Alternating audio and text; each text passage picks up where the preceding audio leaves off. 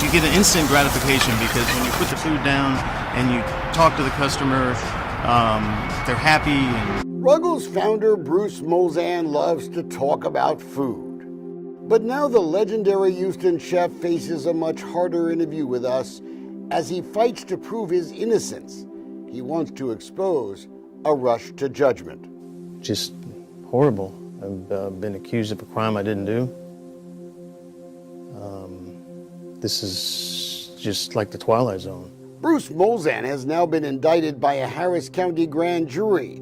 The charge, 2 counts of indecency with a child, his own children. His reputation already smeared by the headlines. He understands he's branded for life, whatever happens next. Yeah, it's devastating.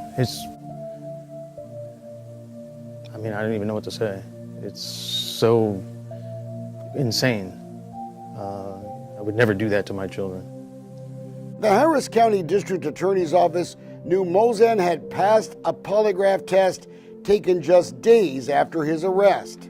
They asked me some very gruesome questions about their touching their body parts, and I passed the polygraph.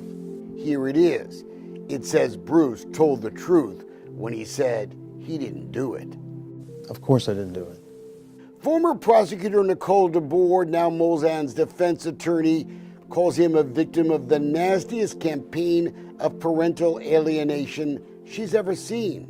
Is he really guilty of a crime or just a victim of a bitter ex-wife? This has been what they call severe case, just an extreme case of parent alienation, where one parent alienates the other. It's been a constant war. An ugly war that started 7 years ago in a Houston divorce court. There had never been any claim of sexual abuse over the years until July of 2017. Ex-wife Angela Gasque faced jail time for constantly refusing court orders to let the kids visit their dad. That's when Angela first took the kids to CPS to complain about sexual abuse.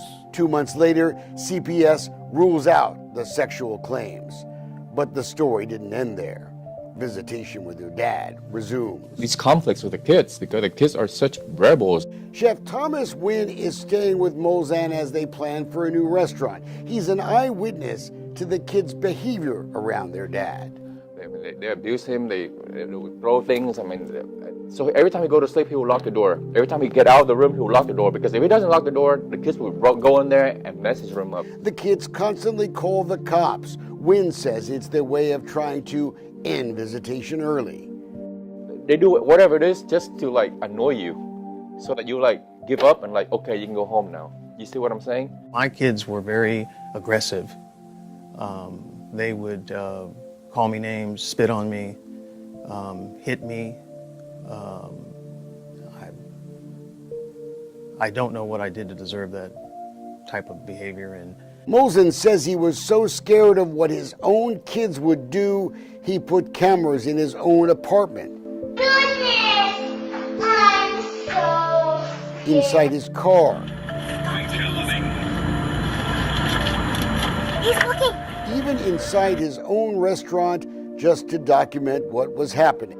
The videos capture the kids pulling Dad's hair, slapping him with towels, throwing food at him in front of customers. You will see it's not the only thing being thrown. Watch. Not once, but twice. Restaurant menus defaced. Listen to their babysitter.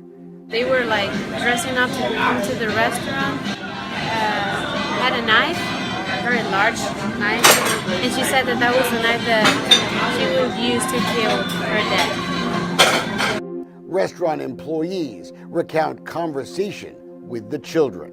That's the one that told me all the time, every time they come over here saying, oh, we have a father, she's trying to get my mother in jail, we hate him, so we're gonna do something against him, so we can get him to jail. Remember Thomas Wynn? He became a target too, accused in December of 2017 by a Molzan daughter of trying to molest her. He's arrested. Because it's so absurd, it's just ridiculous, and it's embarrassing. 3 days later, Molzan's wife brings the children to make a new allegation of sex abuse against her ex-husband, the day after she was supposed to be in court for contempt. Police arrest Wynn and Molzan on the same day in April of 2018. But was this really a house full of child molesters?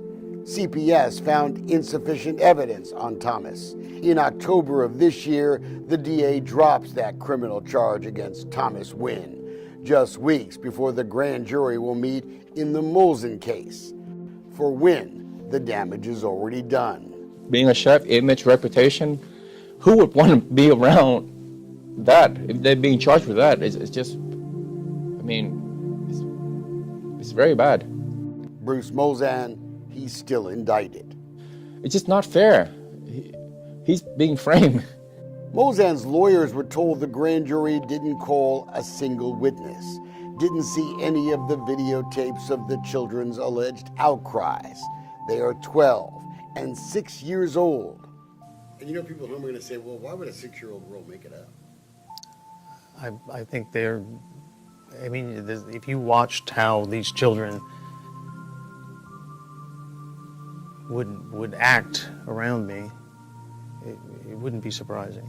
Maybe the grand jury should have bothered to watch this confession. That's an awful thing to say to a parent.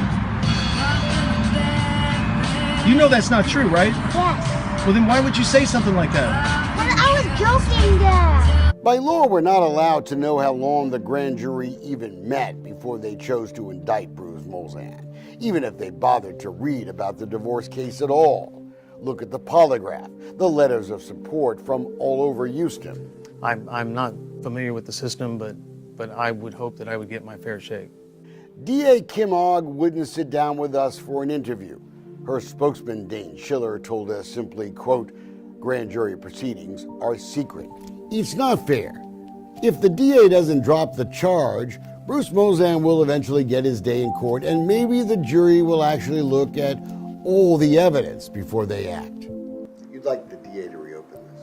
I would love for the DA to reopen this because it's not true and it's not fair. But let's say he gets found not guilty. How does he get his name back?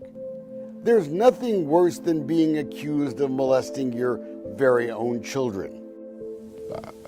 I just know that Bruce, he was being framed. And for my part, right now, I just want to get back and do what I do.